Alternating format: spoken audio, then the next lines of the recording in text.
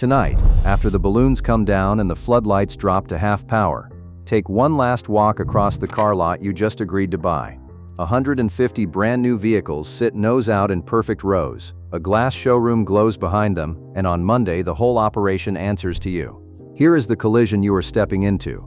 The average American new car dealership pushes about $76 million a year through its books by the National Automobile Dealers Association's own count, which makes the store on the corner one of the biggest money machines in town.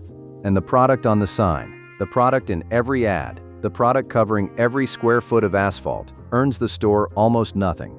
Then it gets stranger, because the store does not even own that product. Not one of the 150 new vehicles under those floodlights has been paid for by the dealer. $76 million a year, and the cars are borrowed, so keep 3 questions open as we walk. What does this building actually sell? Because a century of advertising has trained everybody to answer wrong. What does the owner of an average store truly keep at the end of a year? And what was inside the envelopes that arrived on 789 dealer desks one morning in May of 2009? Because whoever mailed them holds the real answer to who owns this business. This channel opens books that were never meant for customers. Subscribe, and the next set gets opened with you watching. Start with how you even get one, because the factory is not selling.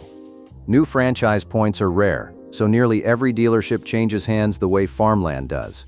One owner sells to the next, and the manufacturer keeps a veto over who is allowed to sit in the chair.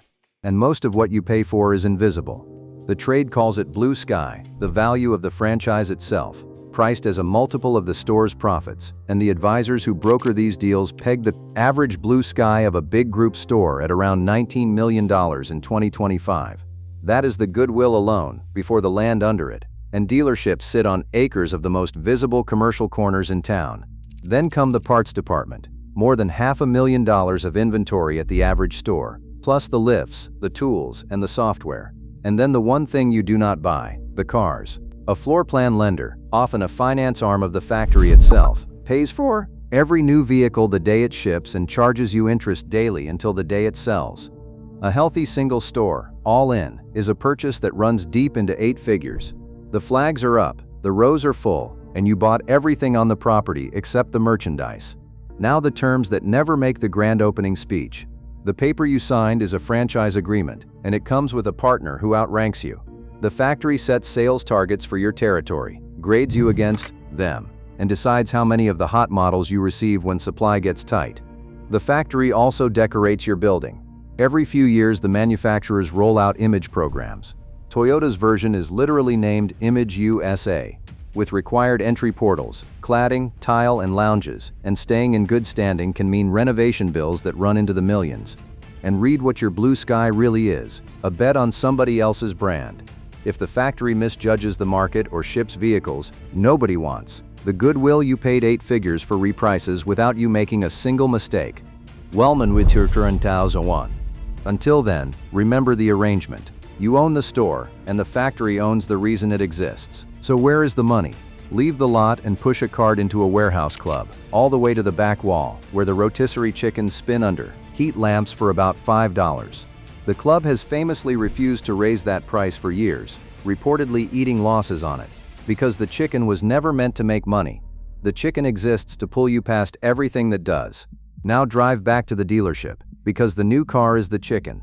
Run one Saturday customer through the building. She buys a new SUV at the average American selling price, just over $48,000, and the metal itself leaves surprisingly little behind. At the big dealer groups, the gross profit on a new vehicle averaged around $3,300 in 2025, about 7% of the price. And that is gross, before the daily flooring interest, the advertising, and the salesperson's cut take their bites. Then she walks 20 steps into a small office, and the building quietly starts earning. The finance desk arranges her loan, the extended warranty, the gap coverage, the protection package, and at the big public dealer groups that 20 minutes of paperwork now brings in roughly $2,500 per vehicle, nearly as much as the metal itself contributed. And she is still not done paying the store, because her SUV now needs oil, tires, brakes, software updates, recalls, and bodywork, at an average posted labor rate of $186 an hour. The average dealership writes more than 16,000 repair orders a year, at nearly $500 per customer. visit, which stacks up to almost $10 million of service and parts business behind one showroom. Here is the first answer, the one the advertising never gives. A dealership is not in the car business. It is in the business of everything a car makes necessary: the loan, the coverage, the maintenance, the repairs, for years per customer. Selling the car is how a dealership buys a customer, which is why the professionals run the whole building backward. The number they obsess over is called absorption. How much of the store's total overhead the service and parts department can cover by itself.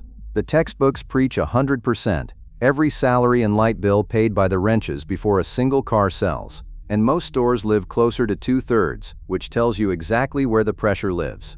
Listen to the industry's own accounting say it plainly. Service and parts bring in about 13 cents of every sales dollar at the average dealership. Yet at AutoNation, the giant of American auto retail, after sales delivered $2.4 billion of gross profit in 2025, nearly half the company's total. The department hidden behind the showroom out-earns the showroom, and the factory quietly helps after the sale. Manufacturers typically return 2 to 3% of the sticker price to the dealer once a vehicle sells, a rebate the trade calls holdback, and they stack volume bonuses on top for hitting monthly targets, checks that can decide whether a store's entire month was profitable.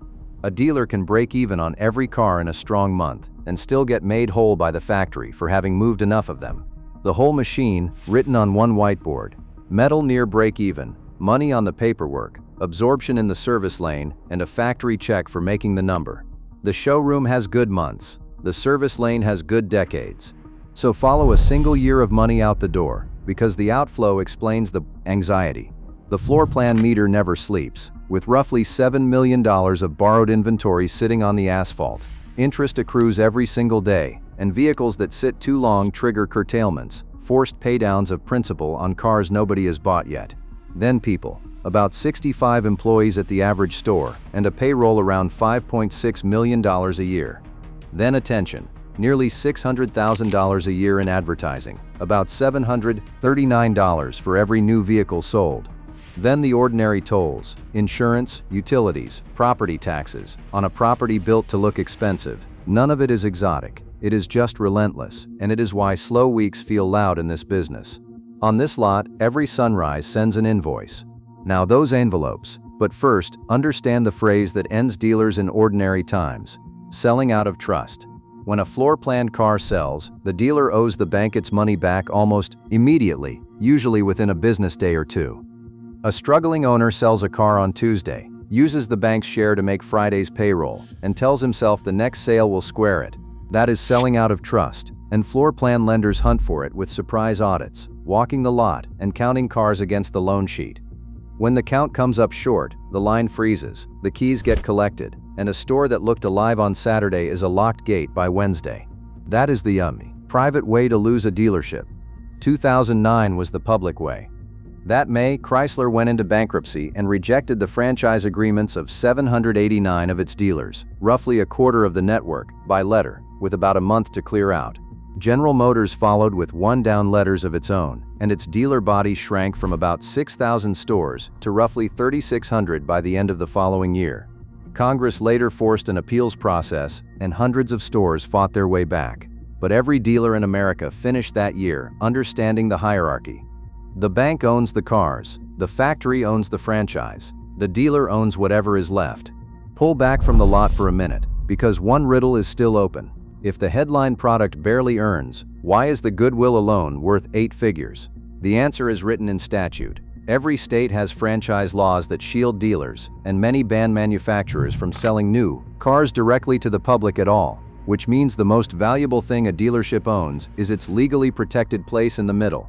Tesla is the exception that proves how strange this is, selling directly, fighting the bans state by state, and reaching about 3.5% of the market without a single franchise dealer.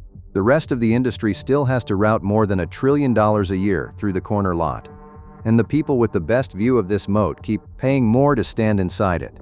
Blue sky values in 2025 ran about 75% above their pre-pandemic average, and the share of owners holding just 1 to 5 stores has slid for 9 straight years as the big groups buy up the singles. Most businesses dig their moat with a brand. This one had its moat written into law. So the second answer this video promised. What does the owner actually keep? Two owners, two very different lives. Owner 1 runs the single average store, $76 million of revenue, and every headache in this video. In 2025, the average publicly owned dealership cleared about $4.1 million in adjusted pre-tax profit, per the advisory firm Hague Partners, and the trackers of privately owned stores put average earnings at nearly double their 2019 level. Be clear about the shape of that money. It is pre-tax. It is a low single-digit share of revenue, and it arrives only while the floor plan, the payroll, and the factory scorecard all stay healthy. Call it a few cents on every dollar through the building. A very good living, bolted to a treadmill that never fully stops. Owner 2 stopped thinking in stores and started thinking in groups. 10 rooftops share one accounting office, one insurance program, one used car pipeline, and one negotiating position with lenders, while every added franchise compounds the blue sky on the balance sheet. The Publix run hundreds of stores on exactly this arithmetic. By the unit, this business is a grind. By the decade, and by the dozen, it is a fortune, and nobody proved that better than a man who only came in for a car. In 1985, Herb Chambers, who had already built and sold a copier company, had a lousy buying experience at an Oldsmobile Cadillac dealership in New London, Connecticut, and responded by buying the dealership itself. He spent the next 4 decades collecting franchises across New England, 33 dealerships strong, $3.2 billion in yearly revenue. In 2025, Asbury Automotive, one of the public giants, acquired the Herb Chambers companies in a deal totaling just under $1.8 billion, one of the largest dealership sales in American history. 40 years of oil changes, loan paperwork, and factory scorecards, converted into 10 figures on the way out. The most profitable thing ever sold at a car dealership was the dealership. So lock the showroom and total what you learned. $76 million a year flows through an average store that owns none of its headline product, breaks roughly even handing that product to you, and earns its real living in the finance office and the service lane behind the glass. The rule travels well beyond cars. When a famous product makes no money, the product has a different job, and somebody nearby is quietly getting paid for what happens after you buy it. Comments which business should roll into the shop next, and subscribe, and the numbers will be waiting for you.